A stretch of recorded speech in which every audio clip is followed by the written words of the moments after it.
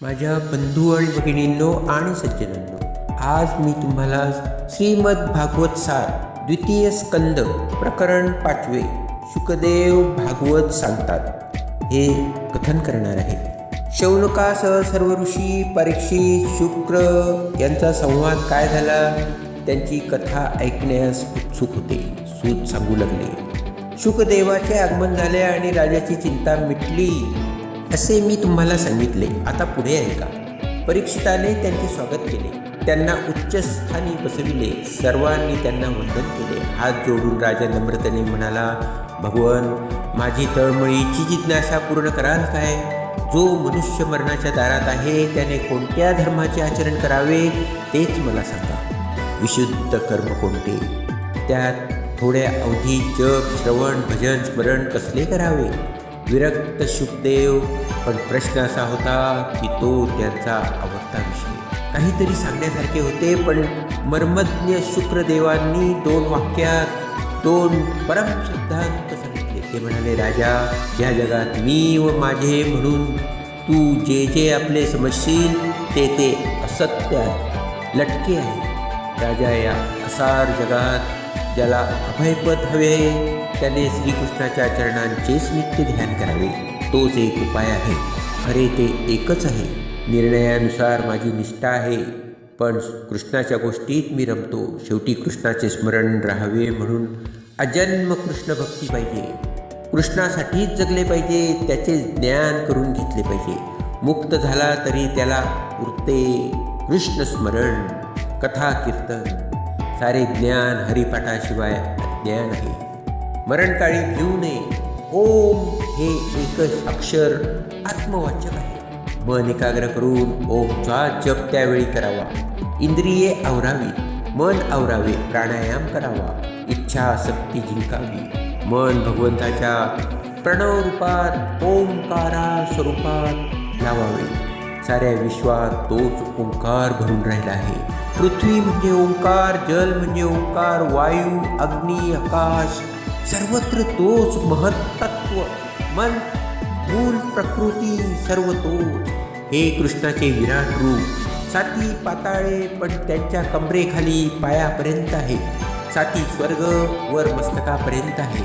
निरनिराळ्या अवयात इंद्र, वरुण, मित्र, अग्नी, अश्विनी कुमार सर्व देवताच आहे. त्यांचे किती विवरण करावे?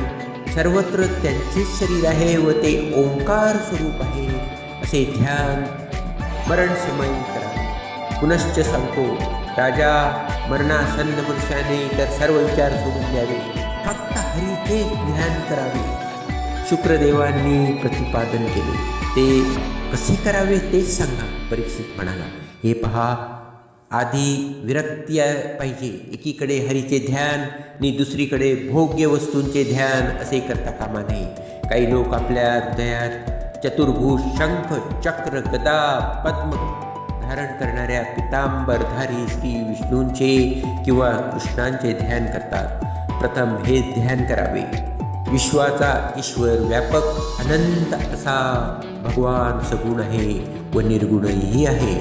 जोपर्यंत हृदयातील या मूर्तीवर मन एकाग्र होत नाही तोपर्यंत ह्याच्यात सतत अभ्यास करावा.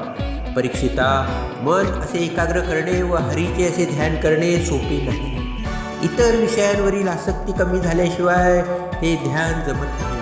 नंतर श्रीहरीबद्दल हृदयात प्रेरणेचा उदय होतो. एक भाव शुद्ध होत जातो.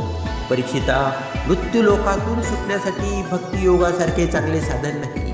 आपल्या भोवतीचे जग आणि काल, आज, उद्या या तिन्ही काळातील मनाची धावपळ बंद करून मनाने इंद्रियांचा संयम करावा. बुद्धीत मन विलीन करावे. मनासहित बुद्धी जीवभावात व जीवभाव परमात्म्यात विलीन करावा. तिन्ही गुण ओलांडून जावे व सदा संतजनांच्या संगतीत राहावे. त्यांच्याकडूनच दुर्लभ ज्ञान प्राप्त होते. हृदय शुद्ध होते. आंतरिक आनंद होऊ लागतो.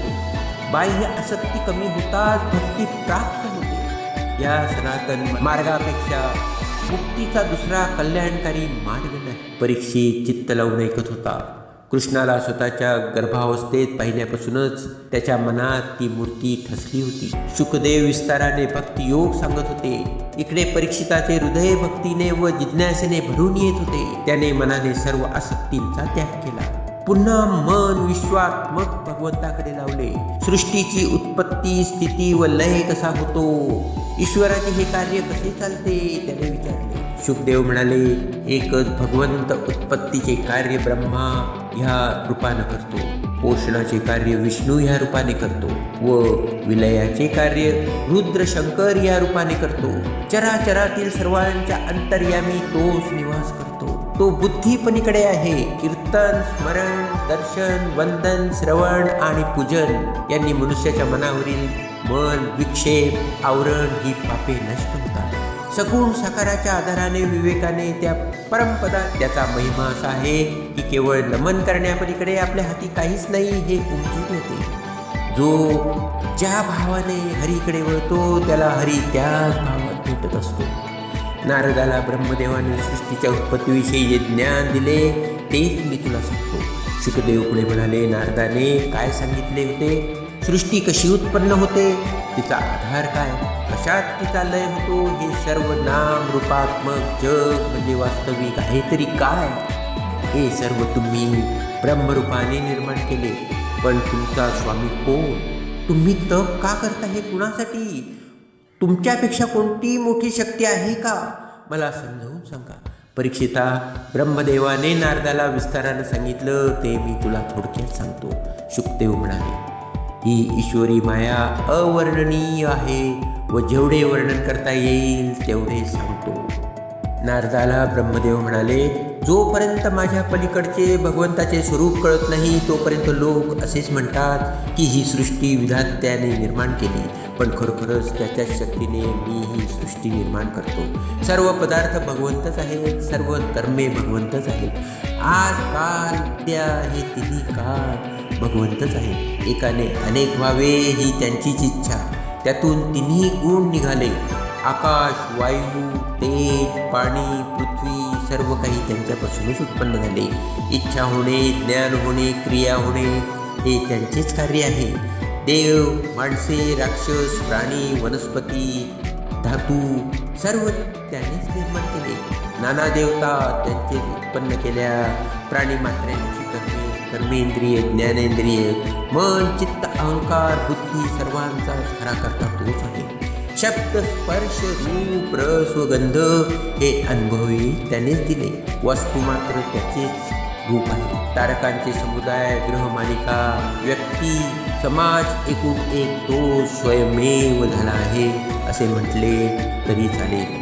पुरुषाची ही तुमच्यासारखी आकृती व विराट पुरुषाची विश्वव्यापी आकृती यात विलक्षण साम्य आहे असे म्हणून ब्रह्मदेवाने नारदाला विश्वातील सर्व एका विराट पुरुषाचे वेगवेगळ्या अवयव कसे आहेत ते सांगितले व म्हणाले, नारदा, मी व शंकर हे परमात्मा स्वरूप प्रयत्न करूनही पूर्ण जाणू शकत नाही. परमात्म्याचा पहिला अवतार विराट पुरुष आहे.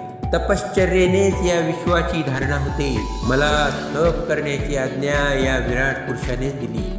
तप करूनच मी जगाची निर्मिती करू शकलो. तो विराट पुरुष जगाचे जे आदिकारण, जे चैतन्य स्वरूप जल किंवा नार नामक विशाल जलसमुच्चय त्यात राहिला. त्यामुळे त्याला नारायण नाव पडले.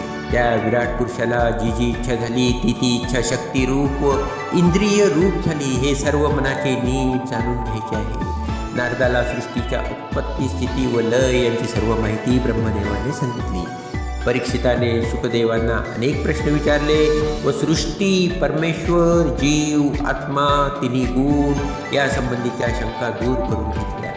शुकदेवाचे मुख भगवंताच्या महात्म्याचे चिंतन केल्याने अधिकच तेजस्वी, आनंदमय, शांतिमय व प्रगल्भ दिसू लागले होते. गंगेच्या तीरावर परीक्षितांसह अनेक ऋषी मुनी हे शुककृत विराट स्वरूपाचे वर्णन तटस्थ, चकित, रोमहर्षित होऊन ऐकत होते. गंगेचे पावन पद जल पुलकित होऊन नव्या जोमाने सागराकडे धाव घेत होते. यमुना नदीशी हातमिळवणी करून ती म्हणत होती, नारायण नारायण, हरिहर एकच होऊनी, मग्न आत्मचिंतनी.